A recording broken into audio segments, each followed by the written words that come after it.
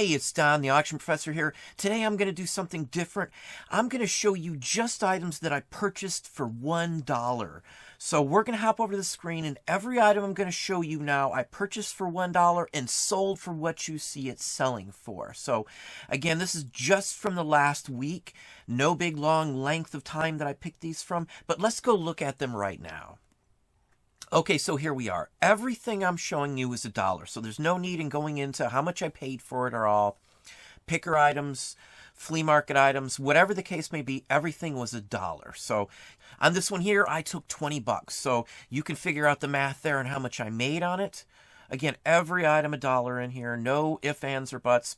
Here's a Desi Arnaz Cuban Pete. He's actually singing it with the King Sisters. This is a 16mm film movie with sound, actually. Real nice piece. I sold it for 50 bucks. Again, I'm not going to go into the price again. They're all $1. You know what I pay for records. This one here, I took 50 bucks for it. Perfect example. Next one here is a postcard. This is one that eBay actually lost the actual other images. I hadn't fixed it. It sold for $14. Next one's a 45. It's a Rockabilly Davis Sisters Rockabye Boogie. It's the early heyday of Rockabilly when it's just kind of going into rock and roll, and Elvis and the whole works was just hitting the market there. Nice one here. It sold for the full price. Now this is actually two tops. The figures on top are actually bobbleheads. Their heads bounce around, but they're actually, one of them is broken, as you can see here. Somebody would have to replace it and do some work on it. I took 20 bucks on this. Here's a cigarette lighter. This was a garage sale purchase for $1. So I can't go wrong on that. I took 25 bucks on this one here. It's not a Zippo 2, it's Allen and Hadcock, which is one of the lesser generic versions of them, actually. This one here, I took 30 on this one. This is a tie tack, or a tie clip, actually. It slides on underneath your shirt and holds the tie in place. A doctor, I'm sure, bought this. It's made to look like a hypodermic needle. It's not a real needle, obviously, but again, 30 bucks on this one here.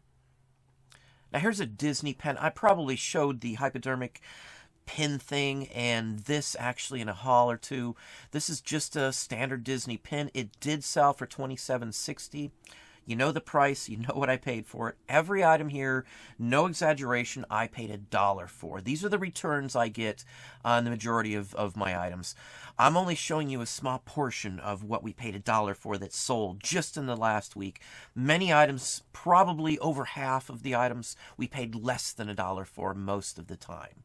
Let's move on here. Cigarette lighter. This is an early Trenchard one. It actually still spins. It's a rather interesting one, in all honesty here. It's very heavy. It's a solid piece here. It's a really nice one. I took 50 bucks on this one here.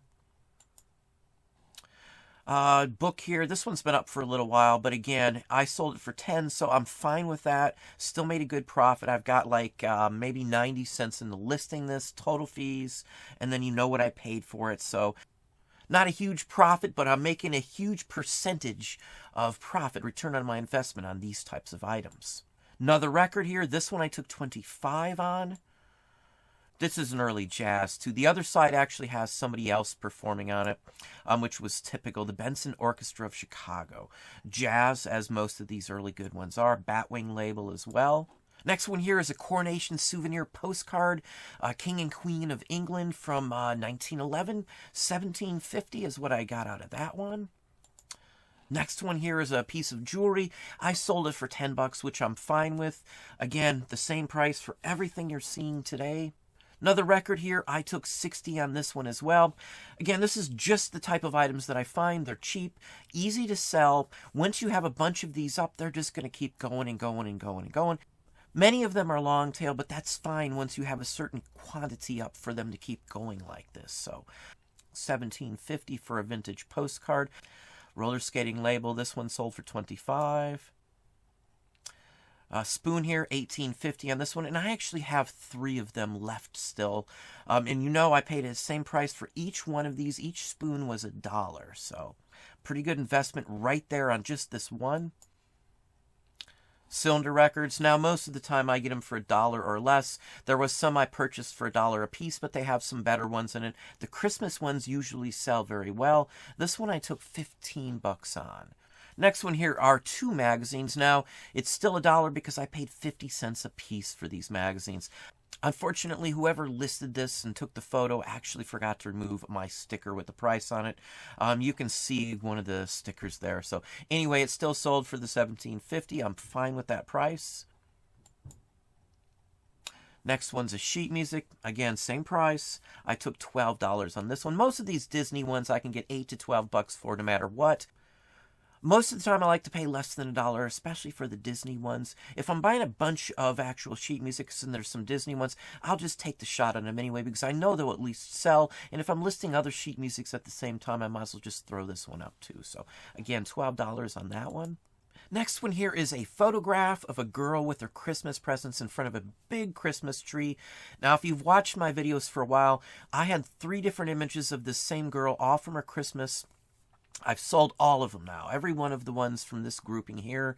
I still have a few more of hers too, but I put 3 up. They all went in the $28 to $34.50 range. And again, $3 for those 3 photos. Return on my investment is almost $100. These early photos do awesome if there's something topical like this. Some people will actually hand color them and then actually make multiple copies of them and then sell the copies too. Next one here is a sealed record with a comic book attached in it. I have 2 of these actually, so I listed one at a time. I didn't want to flood it or anything else like that. It did sell for full price on this one here. Another record here. This one I took 25 on. These are all early 1920s. That's when I do the best on eBay. Now, it depends on where you're selling records and what type of records they are. Early jazz sell good on Amazon as well, too. And the last one here is a real picture, real photo postcard. I took 15 on this one. Mexican postcards don't sell for a ton of money. 15 is a real good price on it. I would have expected 9 or 10 bucks in all honesty. I've looked at the comps at these so many times just because I do run into a lot of Mexican postcards. Always neat scenes, neat images, very good quality. I still mess with them as long as there's something interesting in it, such as this one. There's cars, signs, a beach, the whole works. So anyway, that's what I have for you today. Well, there you go. There's some items that I sold that I actually purchased for $1 a piece. Hopefully that gave you some ideas and some thoughts. If you enjoyed the video, please hit that like button down below. You can also hit the bell icon to be notified when I post new content or go live. Subscribe and tell a friend.